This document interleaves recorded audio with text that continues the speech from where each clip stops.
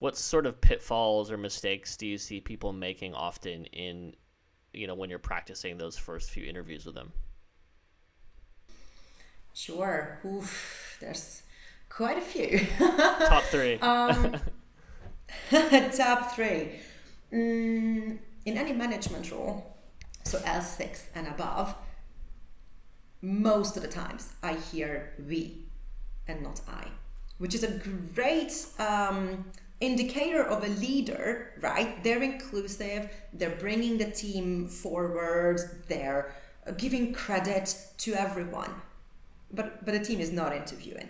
So I think any good leader would sort of struggle with this. There's a lot of we, and as you know, we're not interested in that. I'm interested in the I. So your ideas, your actions, your thought process, not the collective. So this is something they need to unlearn very quickly, to talk about themselves as opposed to And they do collective. that, like Amazon wants to hear that because they want to figure out exactly what your role has been versus what other people were doing. 100%. Absolutely. We do want to distinguish in between, the collective and you. We're not hiring your team. We're hiring you. So I'm interested in what you're doing. That's tricky though, right? Another, Like you said, because it's like a leader will say we, and at the end of the day, it's like I'm not living in a silo, right? I'm working in a company, and there's other people that are helping me. So I could see that being very challenging for a lot of people, especially in a bigger role where they depend on so many stakeholders and team members to actually do a lot of things. So yeah, I see that as pretty tricky, and I guess they just have to make the switch and explain exactly what their action was. um, yeah.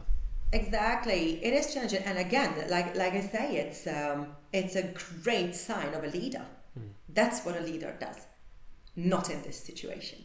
So yeah, they literally have to unlearn this very quickly. But I can say that most of them, for the next session, were good, because literally I again have to come back to the point that this is a selling situation, and as a candidate, you're selling yourself.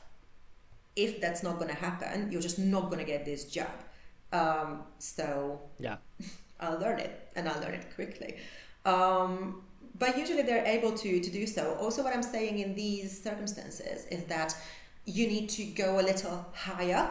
So move away from the collective, like what the team is doing, and get into the decision making that does lie with you. So whereas I do understand that, let's say you're an L7 candidate, then obviously you've got managers under you, and then they've got people under them. So clearly, let's not talk about, I don't know, how the development team coded out this and that in Python, but let's talk about why you're going with certain type of architectures. Let's talk about how you're getting buy-in from the board.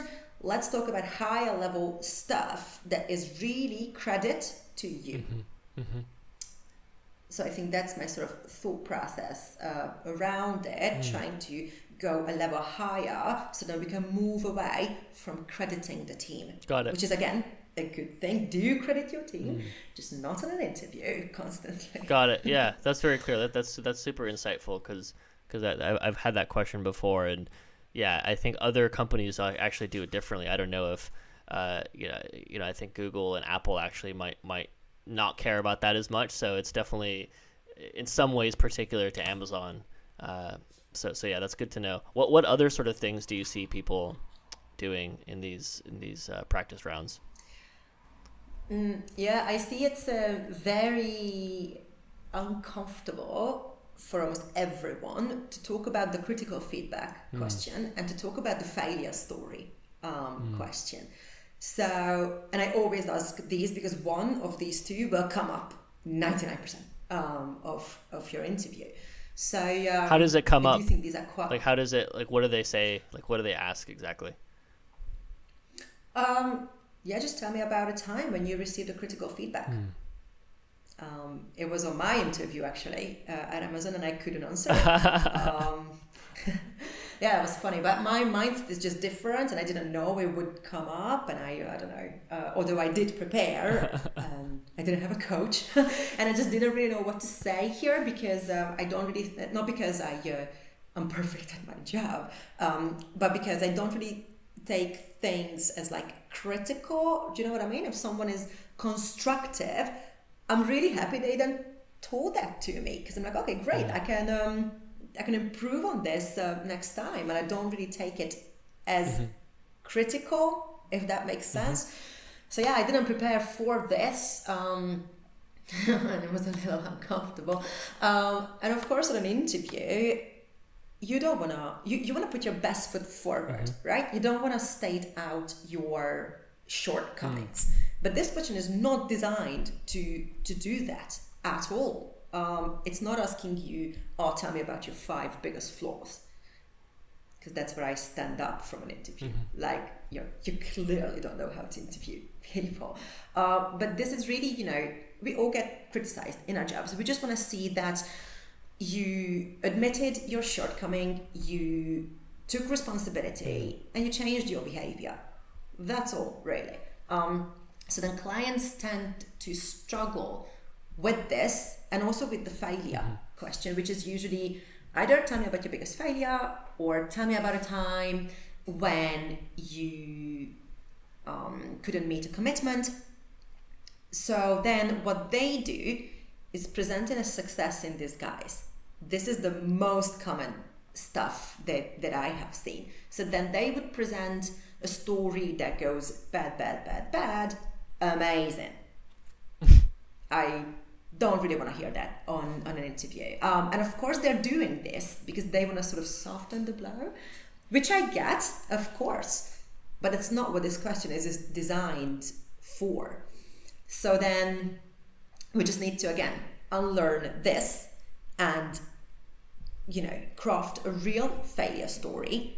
And then of course we can go on, well, we actually managed to turn it around somewhere in the future. We actually learned this or that from it.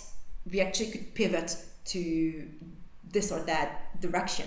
But if your failure story ended with a success, then it just doesn't answer my question.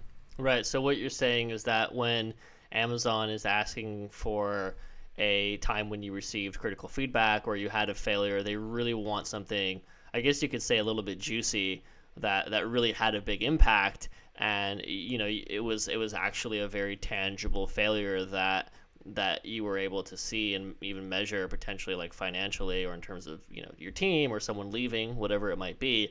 And then maybe, like you said, in the future you learned something from it and you were able to use that lesson to do something else. But in that moment, at that time, it basically sucked, right? And you didn't succeed. So that's what they're looking for. And it's tough because you don't want to say that, right? You don't want to show them that you've had these failures and you're afraid that, I guess, they might dock points against you for saying that, right?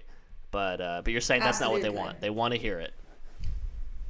100%. And you can always sort of put a spin on it. Like, I still remember, and this client was with me a year ago.